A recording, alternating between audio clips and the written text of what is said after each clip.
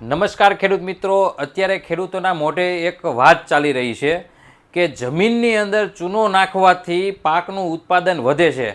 તો આ વાતમાં કેટલું તથ્ય છે, આ વાત કેટલી સાચી છે, એના વિશે આજે આપણે આ વિડીયોની અંદર વાત કરવાના છીએ. તો આ વિડીયો અંત સુધી જોજો, જેથી કરીને સાચી અને સચોટ માહિતી આપ સુધી પહોંચી શકે.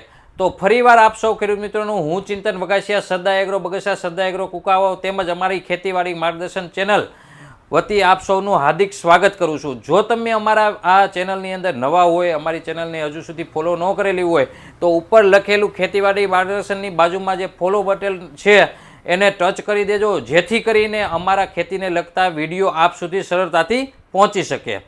અત્યારે ગુજરાતની અંદર અને એમાં પણ સૌરાષ્ટ્રની અંદર ખેડૂતોના મોઢે એક વાત ચાલી રહી છે કે જમીનની અંદર ચૂનો નાખવાથી પાકનું ઉત્પાદન વધે છે. તો આ વાત તદ્દન ખોટી છે. કારણ કે સૌરાષ્ટ્રની મોટા ભાગની જમીનનો પીએચ બેલેન્સ છે એ 7.5 કરતાં વધારે છે.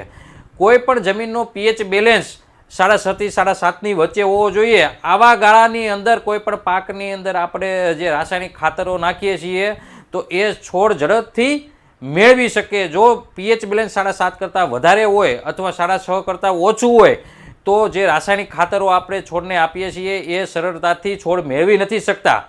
તો આપણે સૌરાષ્ટ્રની અંદર જે જમીનો છે એ તમને પહેલાં જ વાત કરેલી કે 7.5 જે પીએચ બેલેન્સ હોય એ 7.5 કરતાં વધારે છે. એમાં પણ જો તમે ચૂનો નાખો તો એ પીએચનું બેલેન્સ વધે છે, એટલે કે 7.5 કરતાં હજુ વધી જાય છે અને આપણી જમીન ક્ષારવાળી થઈ જાય છે, જેને લીધે પાકનું ઉત્પાદન ડાઉન થશે.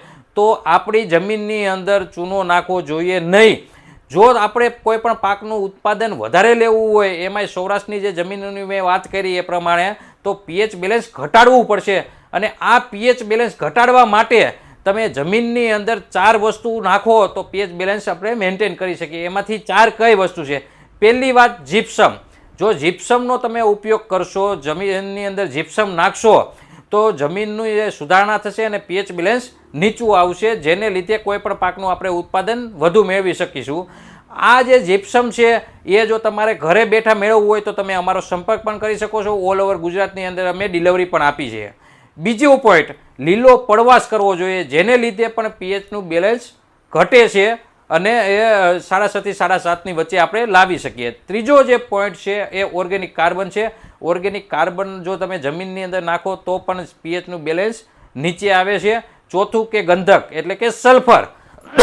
આ સલ્ફરનો ઉપયોગ કરવામાં આવે તો પણ પીએચનું બેલેન્સ નીચે આવે છે અને ઉત્પાદન આપણે વધુ મેળવી શકીએ છીએ. તો સૌરાષ્ટ્રના ખેડૂતોને તો હું ખાસ કહેવા માગું છું કે ચૂનાનો ઉપયોગ કરવો ન જોઈએ, એની જગ્યાએ પીએચ બેલેન્સ ઘટાડવું જોઈએ, જેને લીધે આપણે કોઈ પણ પાકનું ઉત્પાદન વધારે મેળવી શકીશું. આ વિડીયો વધુમાં વધુ શેર કરજો, જેથી કરીને બીજા ખેડૂતો સુધી પણ આ વાત પહોંચી શકે. અને જો આ વાત તમને ન સમજાણી હોય અથવા બીજો કોઈ પણ ખેતીને લગતો પ્રશ્ન હોય તો અમારો જે આ વિડીયોની અંદર કોન્ટેક્ટ પણ આપેલો છે, એની ઉપર તમે ફોન કરીને અમારો સંપર્ક પણ કરી શકો છો. આભાર.